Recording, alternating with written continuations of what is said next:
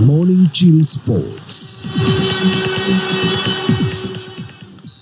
Yes, ikiwa ni Morning Chill Sports pale msikilizaji, na kikosi kizima kishaingia studioni pale.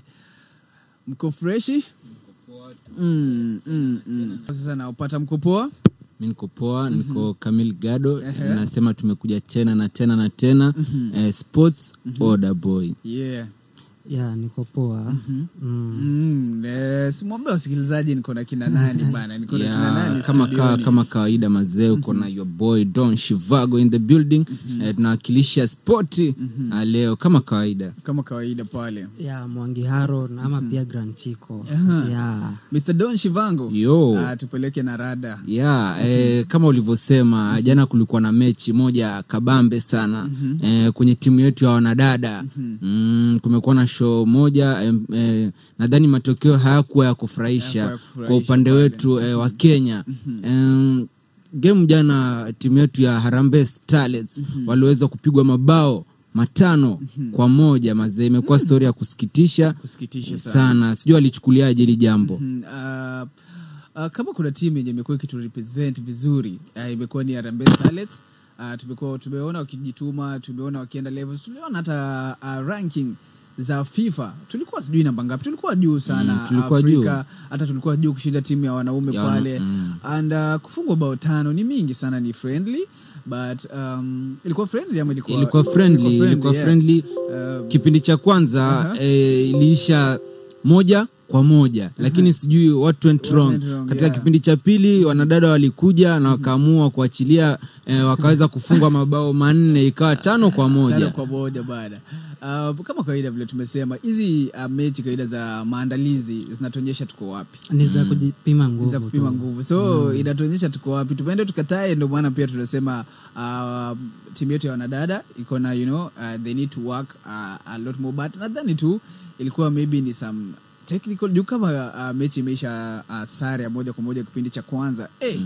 Bao 5 bao 4 zingine kipindi ya pili pale kidogo siwezi jua shida iko wapi pale. Nadhani pengo liko wapi katika timu yetu ile ya wanadada? Pengo liko wapi? Last time tuliona wakicheza walikuwa na perform vizuri. Nadhani maybe labda ni siku mbaya tu, bad day in office, ama tuseme maybe ni venye hawajakuwa pamoja for some time. Alafu pia FKF wameweza kutoa tangazo kwa timu ile ya Harambee Starlets. Starlets wakasema kwamba kuna wale marupurupu yao ambao walikuwa hawajalipwa wakiwa wamecheza mechi zao na Ivory Coast. Marupurupu yao wameambiwa waweze kusubiri. Sasa sijui marupurupu haya pia amechangia matokeo mabaya kabisa.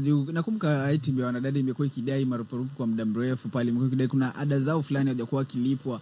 And unajua is so sad. Imagine wewe una travel uko Morocco and then uko na family Kenya inateseka, unaona? Because shida yako kwa team ya taifa na hamlipwi mali pesa zenu hazilipwi, ni shida kama hiyo. Wewe una enjoy but watu wako pale kidogo hawana kakitu pale. And si mara kwanza pale tumeona timu yetu ya wanadada ikiteseka. Kuna time si kitambo miaka ile iliyopita tuliona wakipika na kuni, tumeona wakiteseka, tumeona yani wamekuwa kikapitia pale. In short, for actually pia the team to perform pia off the field, pia tunafaa tuone ile team wanadada wanaendelea vizuri. Na kwanza kuna mtu alikuwa anasema na agree, we actually need to invest on the Harambee Starlets sana, kwa sababu wao ndo kwanza wamekuwa kituinua kama Kenya for the longest period.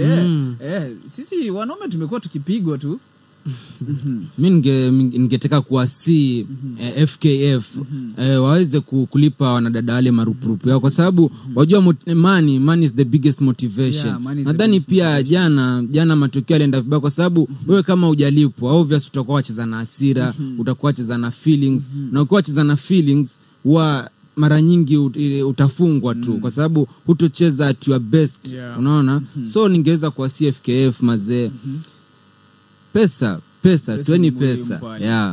Na pia kuna term imekuwa ikitumiwa, an English term ikisema we either work for money or for passion. Ukiangalia sporti ni kitu unafanya for passion. But pia ile pesa ina kumotivate wewe kama mfanyikazi. So inafaa serikali wachangamke bedwe na sio kwa wanadada peke yao hata the Harambee Stars. Yeah. Tukiona eti kocha Bonyeleza kuondoka anadai karibu shilingi milioni 80. Hiyo pesa mnamkusanyia kwani mmeambiwa hana bank account mnamkusanyia pesa yake ya dini pale. And unajua vitu kama hizi pia ndio pana zinatushikisha kama ranking kwa FIFA pia zinafanya pia ligi haikui imechangamka kwa sababu tukiangalia kama kocha wa taifa na halipwi na tukiangalia players si kitambo sana tumeona players tu wenye wanacheza katika FKFPL wa timu mbalimbali wamekuwa wakistrike kwa sababu hawalipwi kama at national level tuna experience the same problems. What if tukiingia kwa ligi sasa? Na unajua sasa issue hata so mpira wa miguu peke yake hata the other sports athletics zote ziko the same. So tunafaa tujikakamue kama nchi mazee.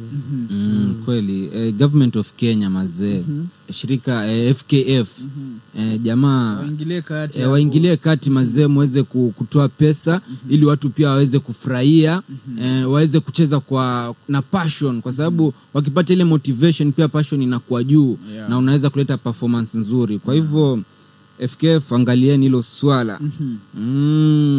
Tukielekea katika dirisha la uhamisho nchini Europe maeneo ya Europe ya majuu kule tunaona kwamba Man U wako karibu kumsaini Mbeumo. Brown Mbeumo na amekuwa akisema kwamba anataka zaidi ya 200,000 zaidi ya 200,000 pound kwa wiki anataka zaidi ya 200,000 kwa wiki. Je, anastahili kweli kulipwa pesa zile?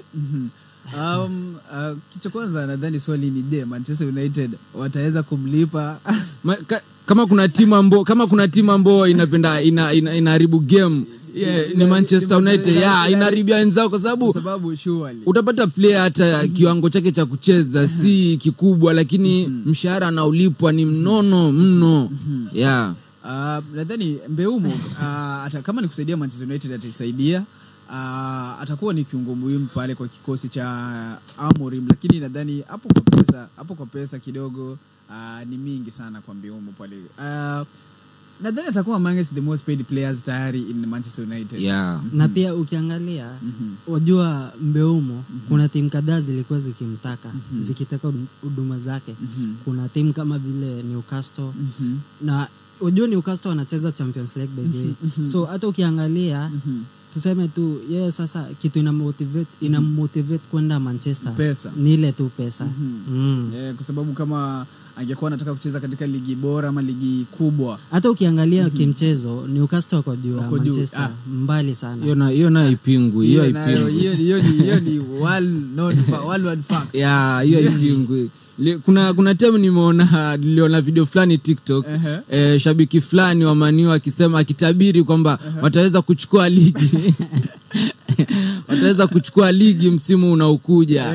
Alafu nikaona respond pale kwenye comment section respond zilikuwa za maajabu jamaa anaambiwa kweli kichwa chako kweli uwezo wanao wajua uwezo na italingana na hii sama venye signings watamake. Mimi bro nakwambia tumekuwa tukiangalia English Premier League tumekuwa tukiona teams zenye zimekuwa zikibuild Manchester last season walimaliza namba ngapi?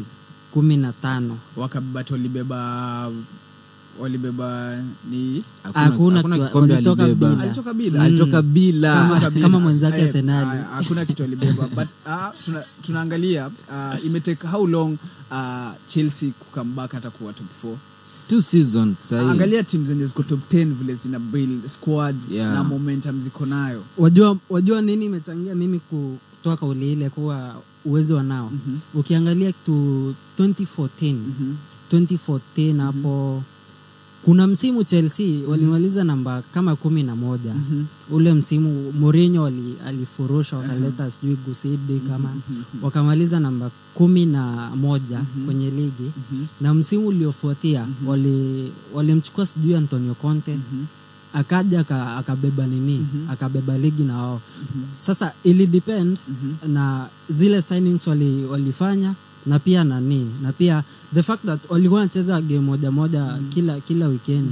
Mimi naweza kataa kwa sababu tukiangalia Liverpool hiyo squad okodayo na vile wana build, tuangalia Arsenal, tuangalie Man City, tuangalie Newcastle, tuangalie Chelsea, tuangalie Nottingham Forest. Bro, mimi short naambia Manchester United for the next 3 to 4 seasons ndio unaweza kuja na kauli kama hiyo. Wewe ni hater wewe. Si hater kwa sababu gani? Tumekuwa tukiona Chelsea imechukua how long? Shabiki ndio imechukua msimu miwili kufika pale ambapo tumefika sasa hivi. Na bado tuko na njia ndefu sana kwenda. Kwa hivyo Manu kwanza lazima wavunje kile kikosi chote chenye wako nacho sasa hivi, waweze kukivunja ili waweze kuleta maplayer wapya ambao wataingiliana na msimu na mfumo wa ule kocha Amorim, ndio waweze kuwa katika position nzuri pale English Premier League. Na vile vile tukisema tunaweza sema huu ndo msimu mbaya wa Manchester City. Ona msimu mbaya wa Manchester City vile unakaa. Wamemaliza top 4. Wamemaliza top 4 namba 3, sio? Ni msimu mbaya kwa in the kwa misimu 10 iliyopita. Naam, kwa misimu 10 iliyopita. Na feel English Premier League right now ukipoteza track kama Manchester United vile wamepoteza, nadhani itakuwa ni vigumu sana kurudi. Itakuwa rahisi. Watakuwa pale kwa sababu watakuwa wanacheza Saturday to Saturday. Kwa sababu watakuwa hawana haja kufly. Hawana haja kufly. Watakuwa nabaki pale kucheza tu the domestic competitions bas. Lakini tuombee kwa sababu pia ni timu kubwa. Unajua ukisema English Premier League, Manchester iko pale. But hatuwezi, hata ukiwa timu kubwa hatuwezi kupandisha juu ya table tufute tuandike. Although mimi ni shabiki, napenda sana Messi, lakini na tumpigie makofi bana Cristiano Ronaldo. Is a goat mazee. Is a goat. Naona ile nini yake ya kufikisha mabao 1000 itatimia kwa uhakika. Kwa sababu jana ameweza kuisaidia timu yake, timu ya taifa ya Portugal, Ureno, ameweza kuisaidia kufika finali ya the national leagues. Kwa hivyo sasa hivi ana mabao 937. Amebakisha tu mabao kidogo tu kufikisha ile target yake ya mabao 1000. Mimi niliweza kuangalia hiyo mechi, but hiyo game ndio kusema mechi kidogo kutakuwa na sintofahamu na mushkil. So niliweza kuangalia hiyo game, but niliangalia first half. Germany bana wanacheza mpira.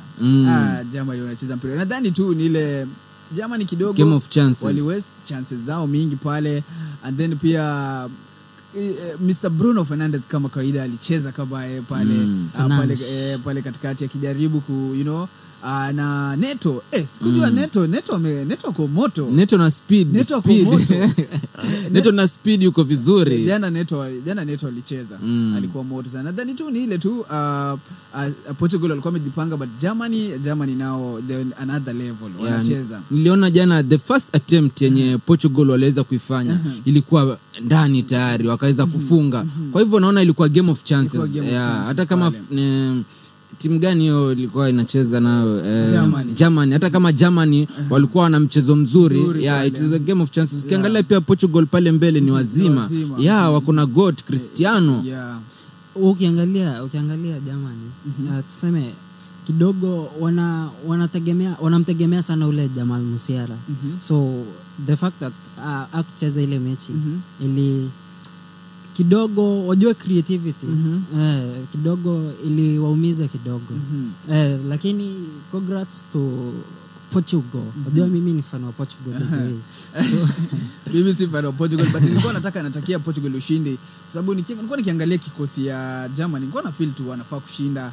Kimmich pale nyuma alikuwa anazungusha Sane.